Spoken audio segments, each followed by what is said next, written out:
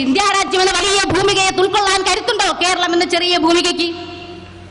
Indian union മുസ്ലിം league ചിലർ മനസ്സിലാക്കുന്നത് പോലെ, ഏറെ സമയത്തിൽ പറയുന്നത് പോലെ, ചില ആളുകൾ മനസ്സിലാക്കുന്നത് പോലെ അഖിലേന്ത്യാ ലീഗല്ല.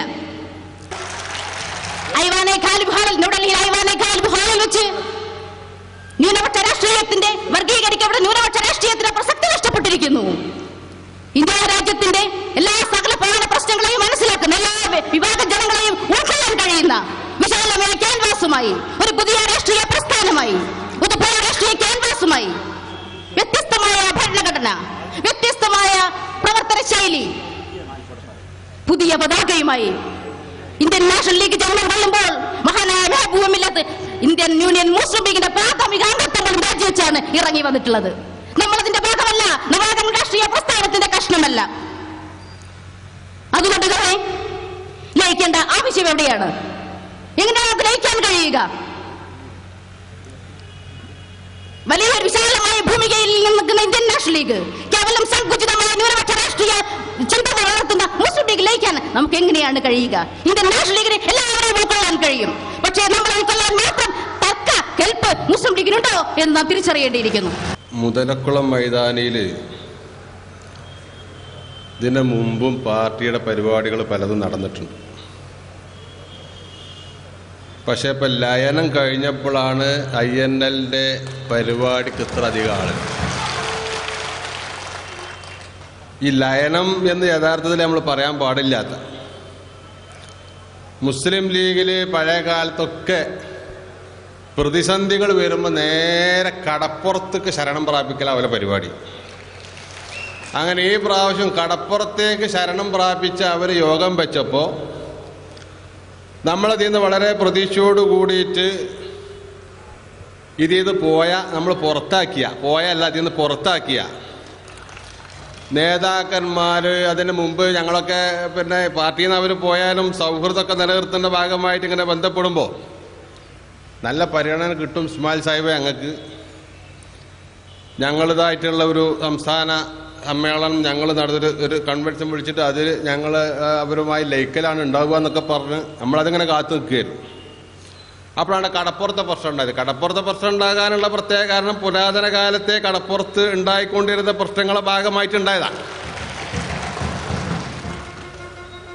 അപ്പം അവസാനം ഇവർ തീരുമാനിച്ചത് എന്താണെന്ന് വെച്ചാൽ, മുസ്ലിം ലീഗിൻ്റെ മഹാസമ്മേളനത്തിൽ നമ്മളങ്ങോട്ട് പോയിട്ട് ലയിക്കുക. അങ്ങനെ അവർ ഇങ്ങോട്ട് വന്ന് ലയിച്ചതാണ്. അപ്പോൾ നമ്മളത് ലയനമല്ല, അവർ യഥാർത്ഥത്തിൽ മുസ്ലിം ലീഗിൽ ചേർന്നു. നമ്മളെ സംബന്ധിച്ചതൊരു പുത്തിരിയുള്ള കാര്യമൊന്നുമല്ല.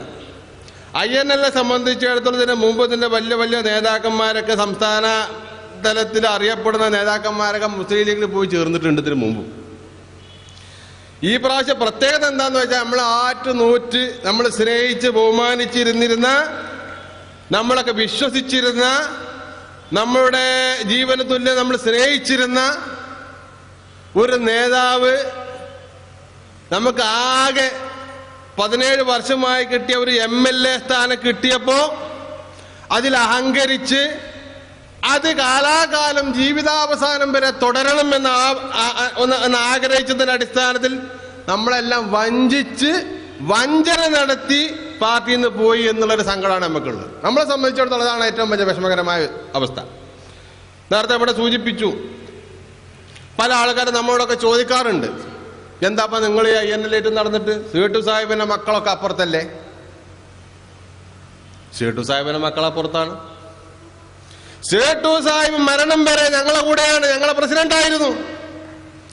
എന്ന് മാത്രമല്ല, സീട്ടു സാഹിബിന്റെ വസിയത്ത്, ആ വസിയത്ത് നമ്മുടെ കോഴിക്കോട് നടന്ന സംസ്ഥാന സമ്മേളനത്തിൽ വായിച്ചത് സീട്ടു സാഹിബിന്റെ മകനായിരുന്നു. അത് ചെറിയ പാളിച്ച നമ്മളെടുത്ത് പറ്റിയിട്ടുണ്ട്, ഇല്ല എന്ന് പറയാൻ പറ്റൂല. സേട്ടു സാഹിബ് നേരത്തെ നമ്മുടെ ദേശീയ സെക്രട്ടറി പറഞ്ഞല്ലോ, സേട്ടു സാഹിബ് പറഞ്ഞിരുന്നു, എൻ്റെ രണ്ടാമത്തെ മകനെ നിങ്ങൾ വല്ലാതെ നമ്പരുത്. പക്ഷെ നമ്മൾ പാവങ്ങൾ, നമ്മൾ നിഷ്കളങ്കർ, കളങ്കമില്ലാത്തവർ, രാഷ്ട്രീയ മോഹങ്ങളില്ലാത്തവർ, അധികാര കൊതിയന്മാരല്ലാത്തവർ. അതുകൊണ്ട് നമ്മൾ എന്ത് ചെയ്തു? സേട്ടു സാഹിബിനുള്ള മുഹബത്ത് കൊണ്ട്, സ്നേഹം കൊണ്ട് അദ്ദേഹത്തിന്റെ മരണശേഷം അദ്ദേഹത്തിൻ്റെ മകനെ നമ്മളെ പാർട്ടിയിലേക്ക് നേതൃസ്ഥാനത്തിൽ കൊണ്ടുവന്നു. നമ്മളെ സ്നേഹം കൊണ്ടാണ്. നമ്മൾ വന്ന ഉടനെ എന്ത് ചെയ്തു? അതിന് മുമ്പ് അദ്ദേഹം സിറാജ് ഇബ്രാഹിം ആയിരുന്നു. നമ്മൾ സ്നേഹിച്ച് അദ്ദേഹത്തിന് തൊപ്പി വെച്ചു കൊടുത്തു, നമ്മളൊരു സേട്ടു എന്നുള്ള പേരും വെച്ചു കൊടുത്തു. അങ്ങനെ സിറാജ് ഇബ്രാഹിം സേട്ടായി. നമ്മുടെ ജീവനത്തിൽ അദ്ദേഹത്തെ കൊണ്ടുനടന്നു. അദ്ദേഹം നമ്മളെ വഞ്ചിച്ചു. നമ്മെ സംബന്ധിച്ചിടത്തോളം സേട്ടു സാഹിബ് നൽകിയ വസിയത്ത് നമ്മുടെ ജീവിതാവസാനം വരെ നിലനിർത്തിക്കൊണ്ടുപോകാൻ ഇന്ത്യൻ നാഷണൽ ലീഗിന്റെ ഓരോരോ പ്രവർത്തകന്മാരും ആ തീരുമാനത്തിൽ അടിയുറച്ച് നിൽക്കുന്നു എന്നുള്ളതിന്റെ ഒന്നാം തരം ഉദാഹരണമാണ് ഈ സമ്മേളനം.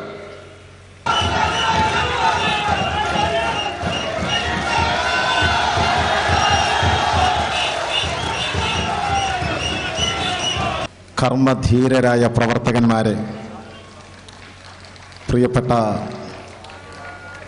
നേതാക്കളെ, സുഹൃത്തുക്കളെ,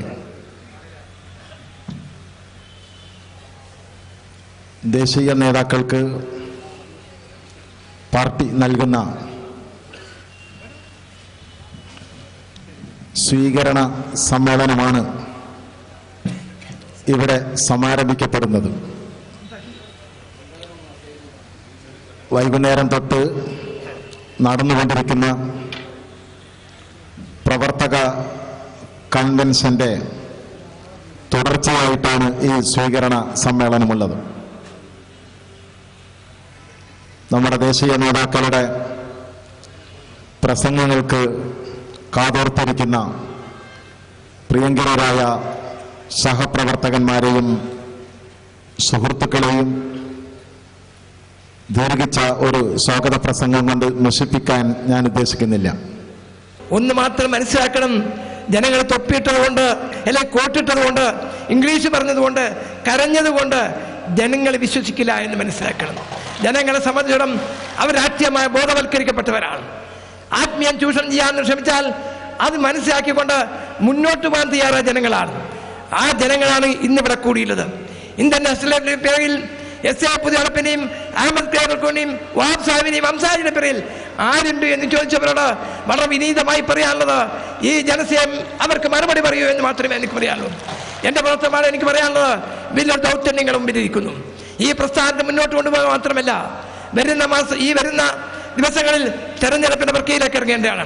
പ്രസ്ഥാനം എവിടെ നിൽക്കുന്നുവെന്നും പ്രസ്ഥാനം ഒറ്റക്കെട്ടാണ് എന്ന് തെളിയിച്ചു കൊടുക്കാനുള്ള ഒരു വേദി തീരുമാനമെടുത്താൽ, സംസ്ഥാന കമ്മിറ്റി തീരുമാനമെടുത്താൽ ആ തീരുമാനം അച്ചടം നടപ്പിലാക്കാൻ നാം ഓരോരുത്തരും ബാധ്യസ്ഥരാണെന്നും ഈ പ്രസ്ഥാനത്തെ മുന്നണികളെല്ലാം പ്രസ്ഥാനം അല്ലെങ്കിൽ കൂട്ടുകക്ഷികളെല്ലാം പ്രസ്ഥാനം ഒറ്റക്കെട്ടായി ഈ പാർട്ടിയെ ലയിക്കാനുള്ള ചങ്കൂറ്റും ശേഷിയും നിങ്ങൾക്കുണ്ടാവട്ടെ എന്ന് പ്രാർത്ഥിച്ചുകൊണ്ട് നിങ്ങൾക്ക് എല്ലാവിധ ഭാവകാശം ചെയ്തുകൊണ്ട് ഞാൻ അദ്ദേഹത്തെ അവസാനിപ്പിക്കുകയാണ്. നിങ്ങൾക്ക് നന്ദി. Ibrahim Suleiman Seth is no more with us, but his guidance, his adarsham, his love to idols, his character is with us. This humble servant of community worked with Seth Sahib under him for 35 years. I was fortunate enough to be member of Muslim political organization by late lamented Maulana Muhammad Ismail Qaid Millat Rahmatullah Alayhi. I was fortunate enough to work under late lamented Sheikh Muhammad Qura Sahib. I am fortunate enough to work under able leadership of Sidi Sahib. I am fortunate enough to work under Shamsheer Millat Amir Latif Sahib, our Muslim League leader and later on Indian National League General Secretary. I know how to follow their idols. I know how to burn off idol political aggression. And inshallah, with the help of my colleagues here in Kerala, there in Chennai, Tamil Nadu, then there in Bengal and Bihar, Indian National League is to grow and grow. Inshallah. Not for looters, not for corrupt politicians. and Indian National League always find its place, always is there in association with those parties which are fighting the corrupt government, the misleading government, the weakest government under Dr. Manmohan Singh ji. ദേശീയ രാഷ്ട്രീയത്തെക്കുറിച്ച് സംസാരിക്കുമ്പോൾ എനിക്ക് ലജ്ജ തോന്നുകയാണ്. ഇത്രമാത്രം അഴിമതിയിൽ മുങ്ങിക്കുടിച്ചൊരു ഗവൺമെന്റിനെ നമുക്ക് ഇന്നേ വരെ നമ്മുടെ രാജ്യം കണ്ടിട്ടില്ല. കുംഭകോണങ്ങളുടെ മഹാകുംഭങ്ങളിൽ ജീവിച്ചുകൊണ്ടിരിക്കുന്ന കഴിഞ്ഞുകൊണ്ടിരിക്കുന്ന കുംഭകോണങ്ങളെ കുംഭഗോപുരങ്ങളാക്കിയ ഒരു ഗവൺമെന്റാണ് മൻമോഹൻ സിംഗ് നേതൃത്വം നൽകുന്ന UPA ഗവൺമെന്റ് എന്ന് പറയേണ്ടിയിരിക്കുന്നു.